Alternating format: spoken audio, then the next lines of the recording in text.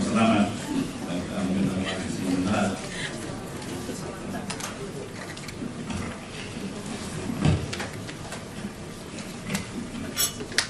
Yung sa akin mo, hindi as detailed as the presentation of President Secretary Risco. I just want to put the whole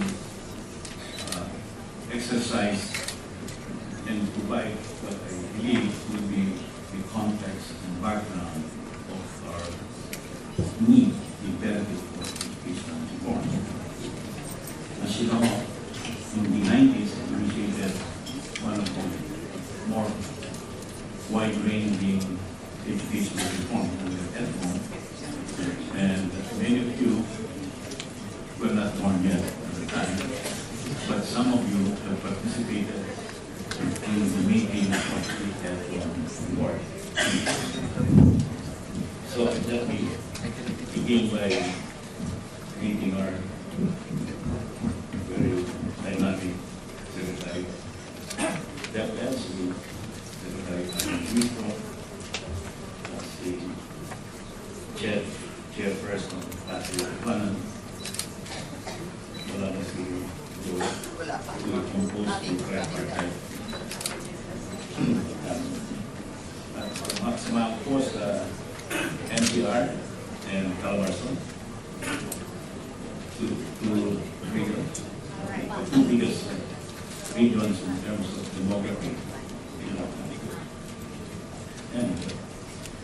And some came where the best and the brightest education, the educators and educationists are. Tama ba yun? Hindi. Mga ganito. Nandito rin si Jun. Si Jun Kalaw. Sa mga sa Singapore.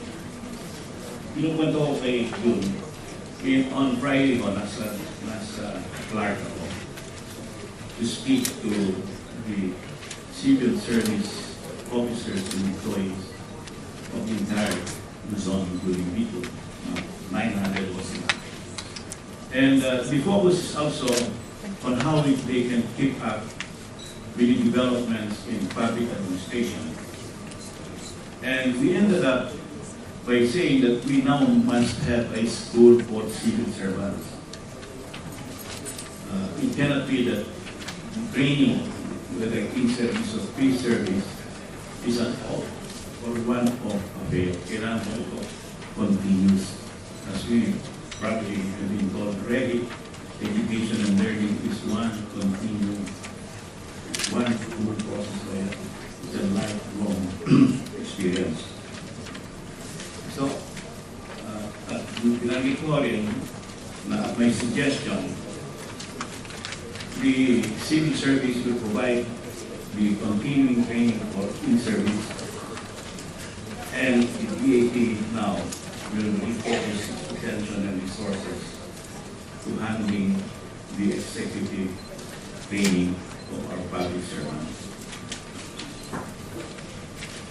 Kahit noong magaling mga estudyante natin, magaling mga graduates natin, which they are not as of noon.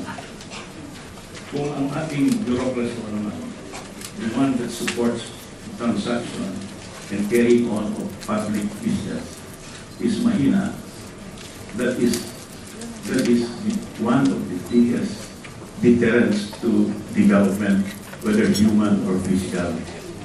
Yan wala nakikita natin yung slowness of the bureaucracy to respond to the need for public infrastructure. May pero naman, pero slow naman yung implementation ng public projects. And that translates to literally to life and death issues on the ground. Dahil kung hindi kung wala akong mga eskwelang ginagawa sa probinsya, walang mga kalsada at mga tulay na ginagawa, wala ako rin trabaho. Siguro half of the working population in that community. And therefore, wala akong income. Kaya nakikita natin ngayon, the year-end report on our economy's growth will be very revealing. Then, tingnan natin kung how much did we grow.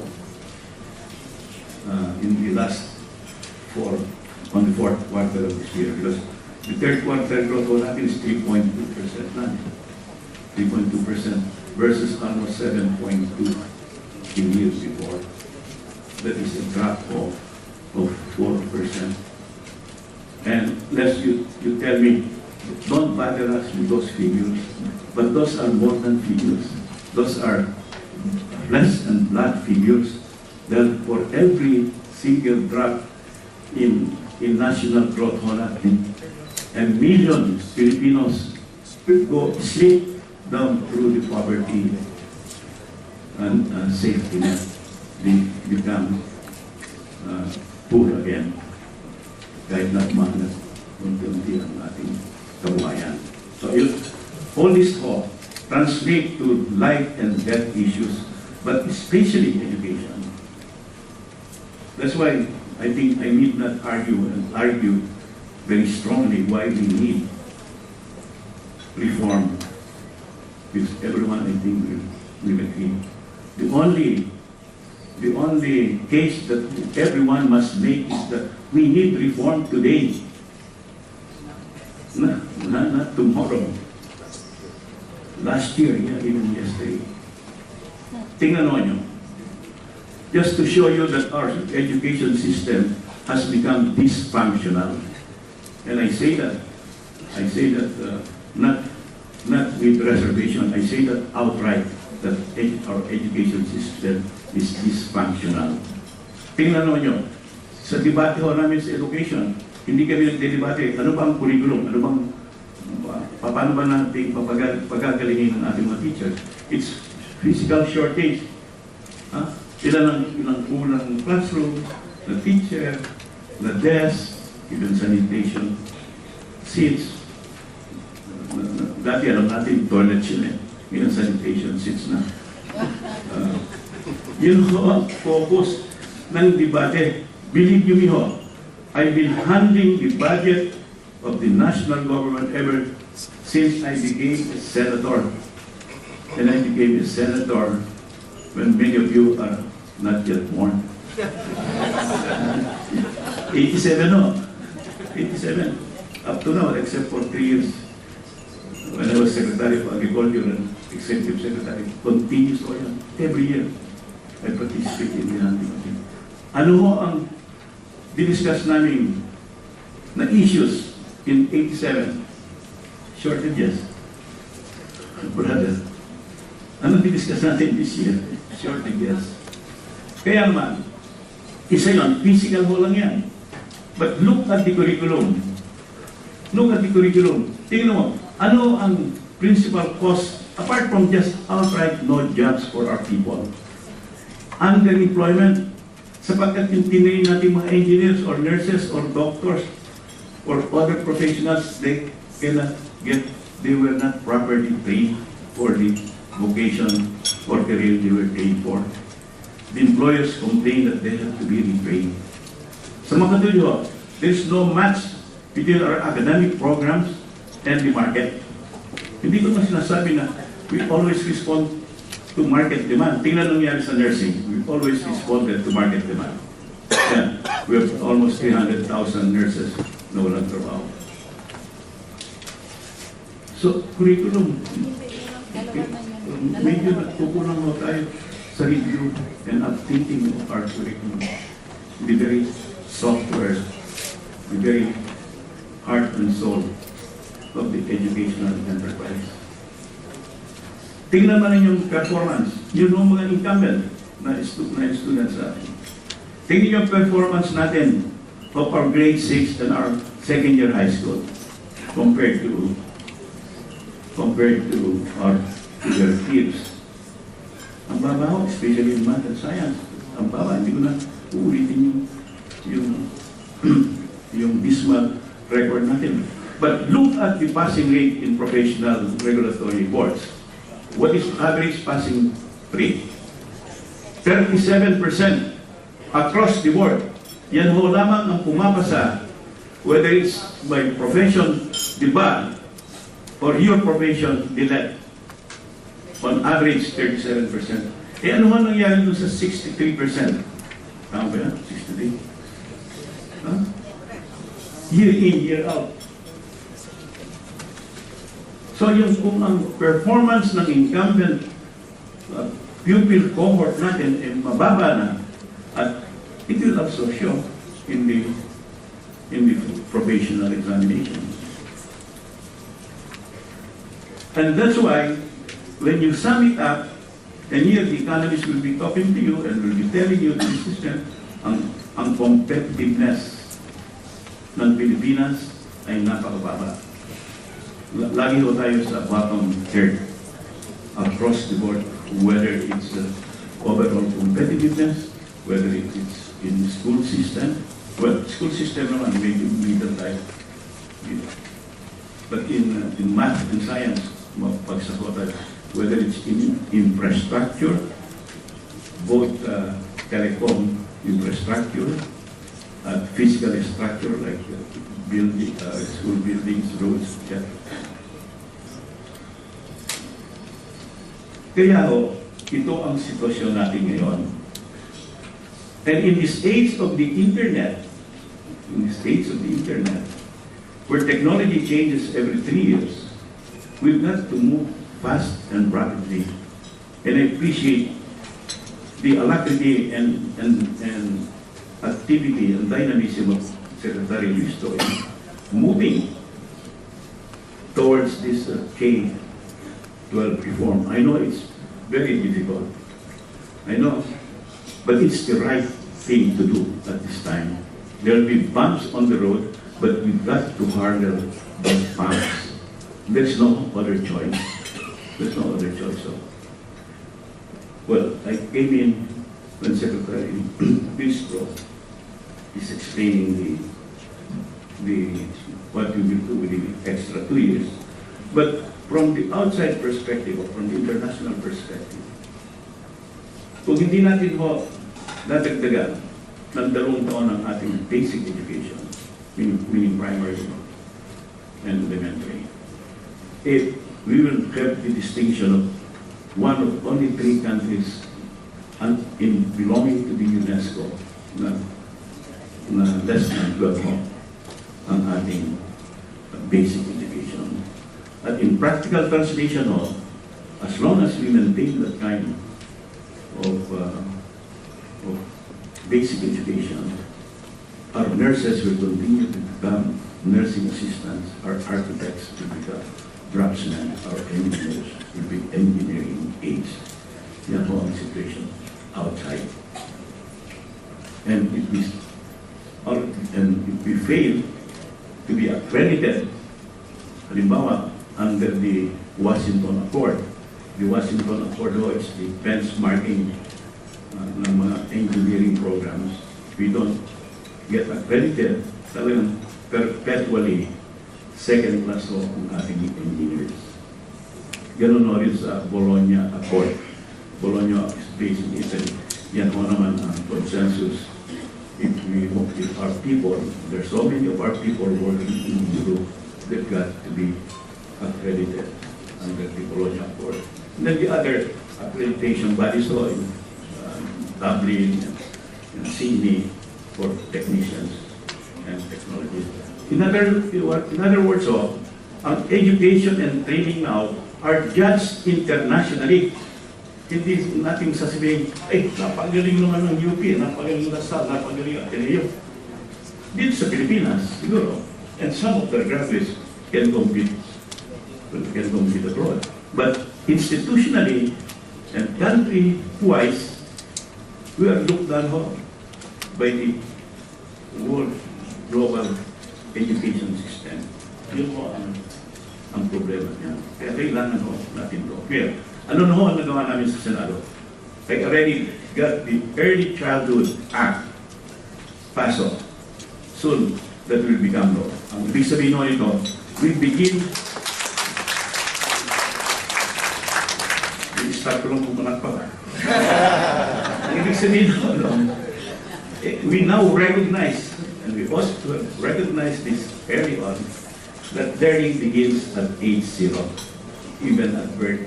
From 0 to 6, we've got to learn how to teach our kids Because sabi nga, by the age of 4, a person has already imbibed and learned 50% of what he will do during adulthood.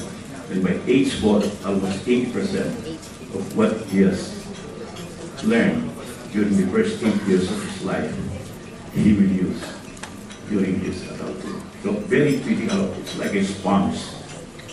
We must feed that sponge with all the learning that we can possibly provide.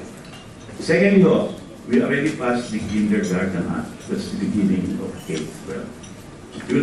We're just awaiting for the signature of the president that will now become law. Now, the big thing, K-12. We are waiting for this consultation to be finished and be completed, because I have scheduled in the Senate public hearing on this on January 17, and that will begin the process, and we hope that the K-10, when we introduce K-11. But anyway, then we would have, I hope, by this coming school year, 2012 and 13, the full curriculum would now be in place. Yun ang scheduling namin sa Senado. And with your help, this reform, I hope, will take good. Nabasa ko sa Senate Education Journal recently na ang reforma will take deeper and immediate root. It is done through consultation and teamwork like this, rather than coming from top down. And it will be faster to implement, because everyone in the enterprise will feel a sense of ownership.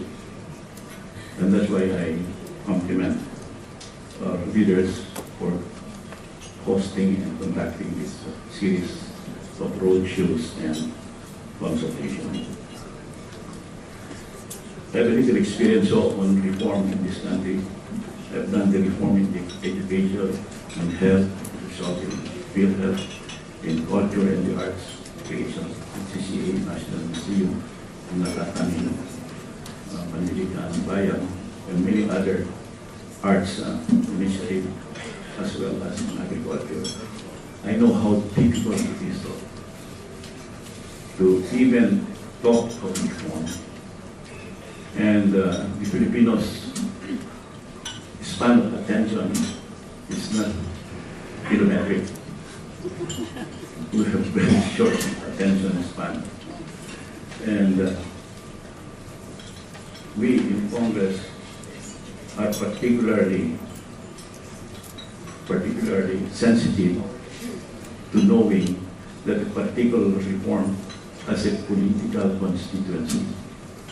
If you tell our fellow senators and congressmen, ito, magandang reform ito, ginawa nito sa Amerika o sa Europa, sa Inglaterra, ang tatanong mo niya sino sumusuporta niya? Pag walang voters behind it, hindi ko mayayari yan. Hindi man mayayari yan.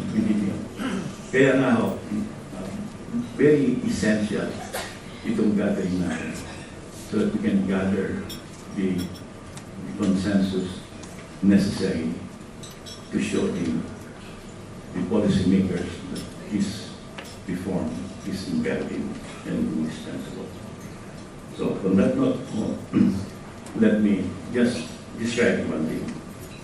And I will sit down and rush to the Senate, because we have this ongoing Blue Ribbon Committee investigation. Kami we've perfected the art of harassing and embarrassing. But effectively, that's an embarrassment in the get out of hand. Let me end with this observation. The United Nations, way back in 2004, came out with a global study. Every economy, every country in the world, members of the United Nations, and they map and plan what they say the demographic era, demographic period for each country. Ang demographic window ho ng Pilipinas will be coming beginning 2015, 3 years away. Yeah, 3 years away. And that will last for the next 35 years until 2050. During the 35-year period ho, ang working population natin, ang productive segment of our population is much larger than those who are dependent on others, like the children in school without working, and elders who are retired and not working. The ratios to the overall working people will be so almost minuscule. It will be easy for us to support them. Sa ngayon, napakalaki ng dependency ratio natin. We have almost 22 million people in the school system. That's the population bigger than Malaysia and bigger than 35 other countries in the world. Yan ang financial and social burden that the few who are lucky with jobs have to support. Pero by 2015, we will begin to enjoy a demographic advantage. But we must prepare those working people, di ba? We must prepare their education and their training. They must learn the proper subjects and the proper skills. Para naman itong what we are finding, the mismatch between training, between jobs and skills are so wide. Sa mga tilo, yan ang challenge natin. It's almost like a Herculean task. But nations have shown that through sheer single-mindedness, singular focus, and single-mindedness, they can do it. Hindi ba? Sabagay, balita ng Singapore. Korea, they've done it. Vietnam is now doing it. That's why we've got to show that in Southeast Asia, hindi walang Cambodia and Timor-Leste ang tinatalo natin ngayon, both educational and infrastructure and all. At talunin mo na rin natin. Kung hindi man natin talunin yung dating nag-aaral sa Pilipinas, at least we'll be on par with them, that our youth has a fighting chance, competing with them. Yan ho ang challenge ng demographic window natin. And it's you and I, and all of us together, who can help that generation of Filipinos cope and thrive under our demographic